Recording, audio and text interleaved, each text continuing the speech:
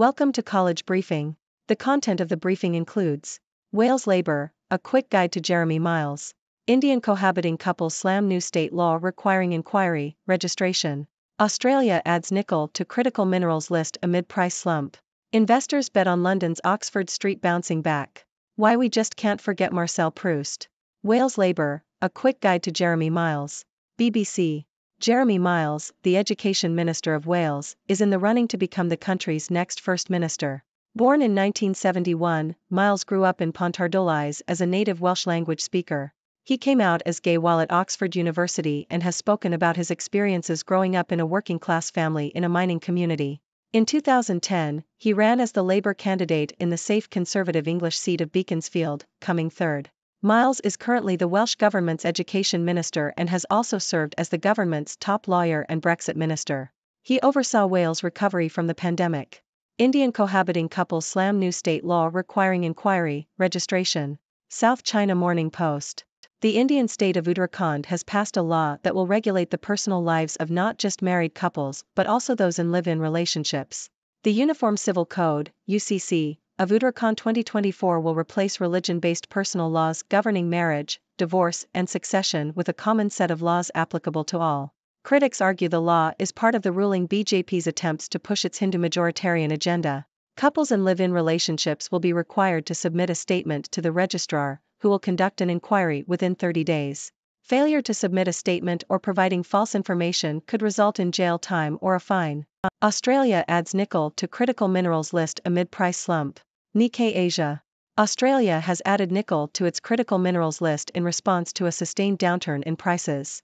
The inclusion gives nickel companies access to funding from the government's $2.6 billion critical minerals facility. The low forecast price of nickel is expected to continue until the global market surplus is rectified. The nickel industry has faced difficulties due to a surge in supply from Chinese-funded firms in Indonesia, which now accounts for over half of global nickel supply. Investors bet on London's Oxford Street bouncing back. Bloomberg. London's Oxford Street, once regarded as the flagship location for Britain's retail sector, has suffered a significant drop in visitor numbers and a high rate of vacant shops during the pandemic.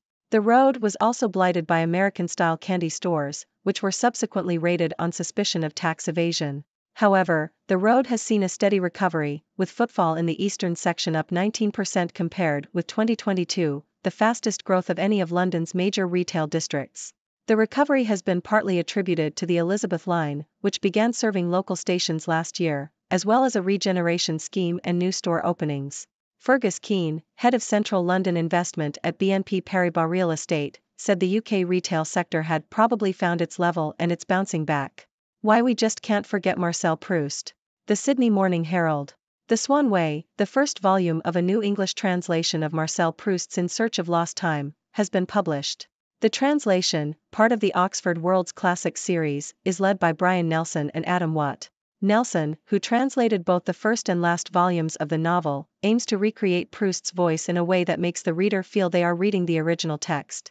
The translation project faces the challenge of translating a novel known for its intricate, long sentences and deep intellectual scope, and also has to justify its place alongside existing translations. The lack of information about the other translations and translators involved in the project is a drawback, but Nelson's translation of The Swan Way is praised for its readability and ability to balance clarity and elaboration. The translation is seen as a good addition to the existing options available for reading Proust in English, and may expand readers' perceptions of the author's work. Friday's time schedule. Associated Press. This article is a list of upcoming sports events. It includes NHL games between Carolina and Arizona, and Montreal and Toronto. It also lists several women's college basketball games featuring top-ranked teams such as Stanford, Colorado, UCLA, Southern Cal, UConn, Creighton, and Princeton. Caitlin Clark soars into history, breaks NCAA women's scoring record. Washington Post. On Thursday, the University of Iowa's Caitlin Clark broke the NCAA women's basketball single-game scoring record with 60 points. Clark broke the previous record of 59 points, which was set by Drake's Lori Bauman in 1982. Clark's 60-point performance came in a 124-87 win over the University of Southern California. The sophomore guard made 21 of her 39 field goal attempts, including 6 of 14 from three-point range. She also made 12 of her 14 free throw attempts. The performance was even more impressive considering that Clark missed Iowa's previous 2 games due to a sprained ankle. The victory improved Iowa's record to 6-1 on the season. Clark is off to a sensational start to her college career. She is averaging 28.5 points, 7.7 rebounds, and 6.8 assists per game this season. Last year, she was named the Big Ten Freshman of the Year. Kim Jong-un has broken with decades of North Korean policy. Does it mean he's planning for war? CNN. North Korean leader Kim Jong-un's recent provocations have raised questions about his military intentions. In recent weeks, Kim has brushed aside decades of North Korean policy towards South Korea and called for it to be classified as its permanent enemy. The shift in policy has come alongside a volley of weapons tests, the shelling of a maritime buffer zone, and calls from Kim for North Korea to accelerate war preparations in response to confrontation moves by the U.S. Kim's latest policy shift is likely driven by his mounting concerns as South Korea and the U.S. ramp up military drills and coordination. It also coincides with an election year in the U.S., where President Joe Biden seeks a second term while managing multiple global crises. Kim is likely watching carefully, and may be keen to see him replaced by predecessor and candidate Donald Trump. Kim's policy shift on South Korea is part of a broader, fundamental shift in foreign policy, namely giving up normalization of relations with the U.S. through denuclearization and pivoting to China and Russia. That pivot got a major boost in September, when Vladimir Putin welcomed the North Korean leader to Russia for a rare overseas trip. Russia has since fired North Korean-supplied short-range ballistic missiles in its war on Ukraine. Analysts have speculated that Russia has reciprocated with aid for North Korea's spy satellite program. More cooperation with Moscow could also potentially help Kim address chronic food and fuel shortages and build North Korea's economy. China, by far North Korea's most important economic lifeline, remains wary of any moves from Pyongyang that could destabilize or draw more U.S. forces to the region.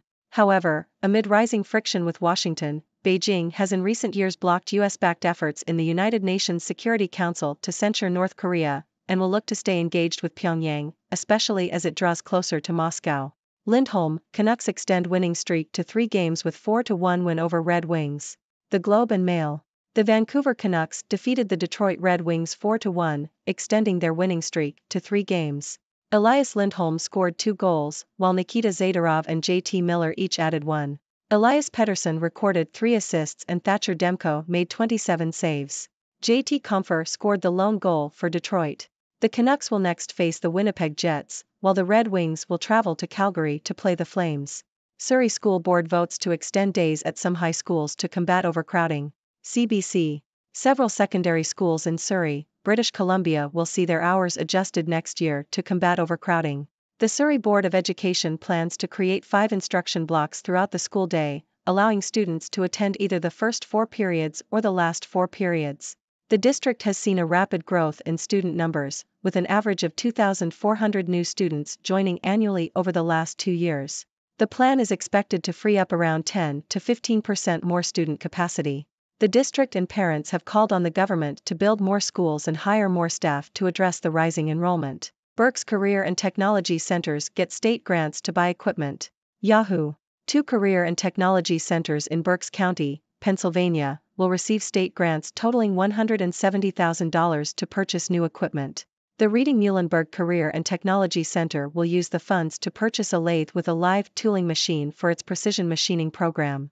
The Berks Career and Technology Center will buy 2 wheel alignment packages for its automotive technology programs and a hydraulic ironworker machine for its welding technology program. The grants are part of a $4 million distribution from the Pennsylvania Department of Education to 55 career and technical schools and school districts in the state.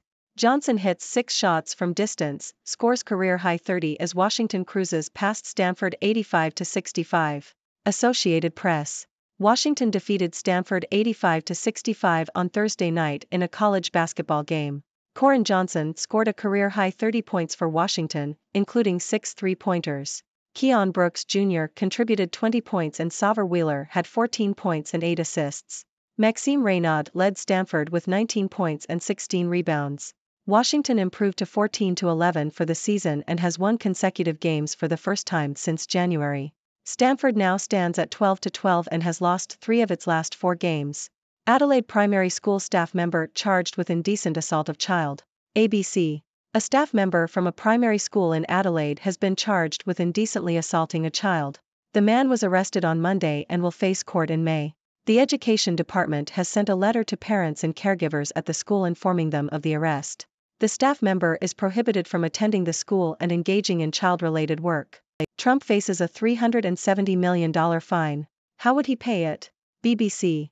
A New York judge is expected to deliver a verdict in Donald Trump's civil fraud trial on Friday. The former president, his adult sons and his company have already been found liable for fraudulently inflating the value of assets in statements to lenders. Prosecutors have asked the judge to fine Trump $370 million and to put restrictions on his ability to conduct business in the state. A penalty that large, coupled with a potential final verdict that may greatly impact his real estate empire, could deliver a serious blow to Trump's finances. It is up to the judge to determine the financial penalties when he delivers his ruling. Whatever the amount, Trump would also have to pay annual interest on that fine, dating back several years to when the alleged offenses took place. New York's 9% interest rate means Trump might have to pay an additional nine-figure sum on top of the penalty. Trump denies committing fraud and says there was no crime because the banks made money on his investments. He is expected to launch an appeal, which would put the verdict on hold until a higher court reviews the case. Prabowo's presidency, new chapter in Indonesia-China ties or business as usual? South China Morning Post. Indonesia's newly elected president, Prabowo Subianto, is expected to maintain a pragmatic approach to China in terms of foreign policy. Despite his past nationalistic rhetoric and military background, Prabowo is likely to continue the non-aligned stance of outgoing President Joko Widodo. He has promised to maintain an independent foreign policy and good relations with all of Indonesia's neighbors. Prabowo may also use Indonesia's non-aligned position to benefit from the competing interests of China and the United States in the country. China is Indonesia's largest trade and investment partner, and Chinese investment has been pivotal in the country's infrastructure development. Prabowo is unlikely to upend the economic cooperation that Widodo established with China, particularly through the Belt and Road Initiative. However, he may seek to diversify Indonesia's investment portfolio and look for other sources of investment. Prabowo may also focus on strengthening Indonesia's maritime defense capabilities and enforcing sovereignty in the South China Sea, where China's claims overlap with Indonesia's exclusive economic zone. Overall, Prabowo is expected to maintain close ties with China, particularly in terms of investment and infrastructure development. However, he may also seek to balance China's influence by strengthening relations with the United States in the defense sector.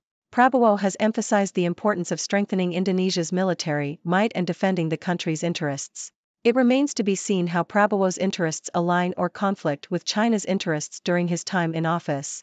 And that's a wrap for today's news. We've covered a range of topics, from politics to sports to literature. Let's dive into some analysis. In Wales, Jeremy Miles is making a bid to become the country's next First Minister. Born and raised in Wales, Miles has had an impressive career in politics, serving as the Education Minister, top lawyer, and Brexit Minister. He has overseen Wales' recovery from the pandemic, which is no small feat. It will be interesting to see how his campaign unfolds. Moving to India, the state of Uttarakhand has passed a controversial law that regulates the personal lives of both married and cohabiting couples. The law requires couples in live-in relationships to register and undergo an inquiry, which has raised concerns about privacy and individual freedoms. Critics argue that this law is part of the ruling BJP's Hindu majoritarian agenda. It's definitely a contentious issue that will likely continue to be debated. In Australia, the government has added nickel to its critical minerals list in response to a price slump.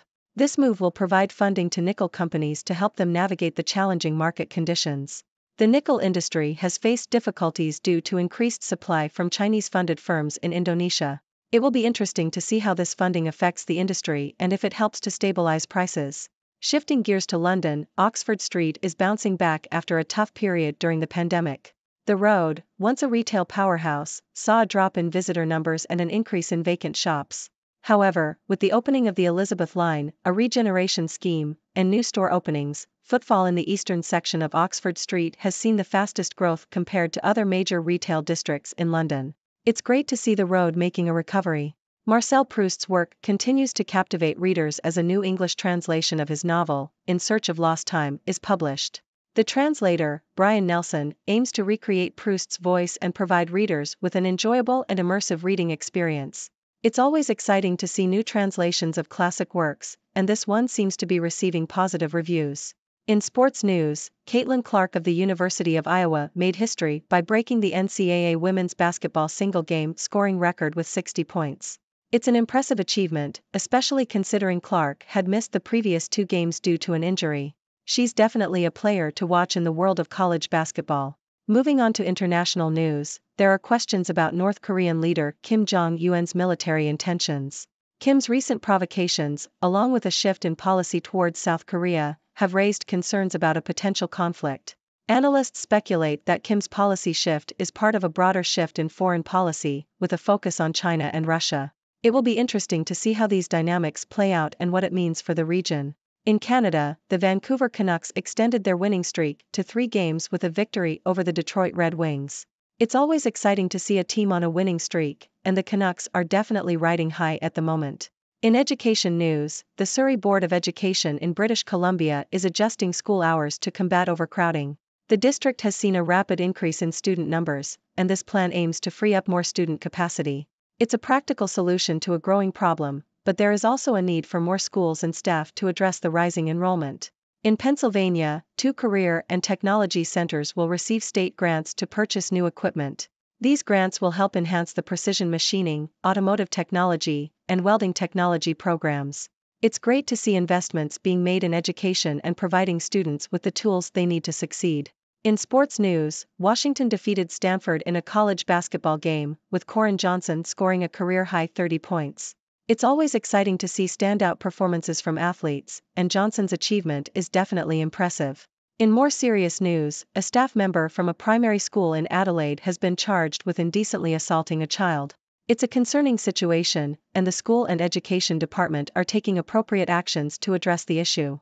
And finally, former President Donald Trump faces a potentially significant financial blow as a New York judge is expected to deliver a verdict in his civil fraud trial. Prosecutors have asked for a fine of $370 million and restrictions on his ability to conduct business in the state. The verdict will have implications for Trump's finances and real estate empire. It will be interesting to see how this plays out and what impact it has on his future. That's all for today's news analysis. I hope you enjoyed the updates and found them informative. Now it's your turn to join the conversation. What are your thoughts on these news stories? Do you have any questions or insights to share? Let's hear what you have to say. Thank you for tuning in. The content above showcases the latest briefing reports and analytical synopses, thoughtfully curated by the 6Do team. These insights stem from a wide array of reputable media outlets, think tanks, government sources, and specialized experts worldwide. We encourage you to explore these sources for a comprehensive perspective. Keep in mind that while the content may not always align with the official standpoint of 6Do Brief, it's not meant to be taken as absolute directives for decision-making. Comprising seasoned media professionals, learned scholars, and accomplished scientists, the 6Do team embodies a trailblazing, fully independent media entity. To customize 6Do Brief to meet your professional needs, you have the option to subscribe to a diverse array of briefings on our website, 6dobrief.com. Regardless of your location, you can conveniently receive 6Do Brief via email.